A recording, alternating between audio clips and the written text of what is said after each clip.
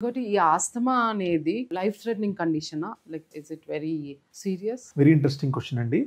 Bronchial asthma అనేది at times it can be life threatening. ఎప్పుడు అంటే ఎవరైతే ఆస్తమా సిమ్టమ్స్ ఉండి కూడా వాళ్ళు రెగ్యులర్ మెడికేషన్ యూజ్ చేయకుండా ఉంటారో వాళ్ళకి లైఫ్ థ్రెటనింగ్ అయ్యే ఛాన్స్ ఉంది. సెకండ్ పాయింట్, ఎవరికైతే సిమ్టమ్స్ ఆఫ్ కాఫ్, ఆయాసం కానీ పిల్లి కూతులు కానీ రెగ్యులర్గా ఉన్నా కూడా కరెక్ట్ మెడికల్ అటెన్షన్ తీసుకోకుండా స్మాల్ అమౌంట్ ఆఫ్ టాబ్లెట్స్ కానీ స్మాల్ ఇన్హేలర్స్ యూజ్ చేస్తూ టైం గడుపుతూ ఉంటారో ఈ రెండు కండిషన్స్లో మీకు ఆస్తమా లైఫ్ థ్రెటనింగ్ అయ్యే ఛాన్స్ ఉంది. ఎందుకు ఈ మాట చెప్తున్నానంటే ఈ ఆస్తమా లైఫ్ థ్రెటనింగ్ అయ్యేది కూడా ఎక్కువగా ఎర్లీ మార్నింగ్ టైంలో అవుతుంది.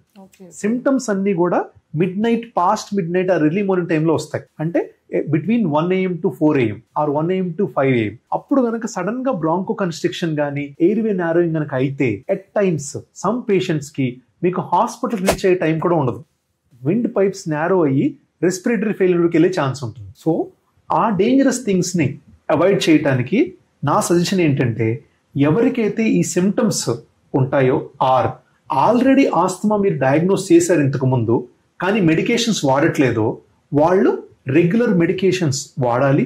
Based on the doctor advice ఇంటర్మీడియట్గా వాడాలా రెగ్యులర్గా వాడాలనే బట్టి ఎవరికైతే సిమ్టమ్స్ ఉంటాయో అంటే దగ్గు, ఆయాసం, పిల్లి కూతలు అండ్ చెస్ట్ టైట్గా ఉండటము, నైట్ టైం ఇబ్బంది ఎక్కువగా ఉంటుంది డే టైం కన్నా, ఈ సిమ్టమ్స్ ఉంటాయో వాళ్ళు కరెక్ట్ మెడికల్ అటెన్షన్ తీసుకొని ఇమీడియట్గా ఇన్హేలర్ థెరపీ అనేది స్టార్ట్ చేసుకోవాలి.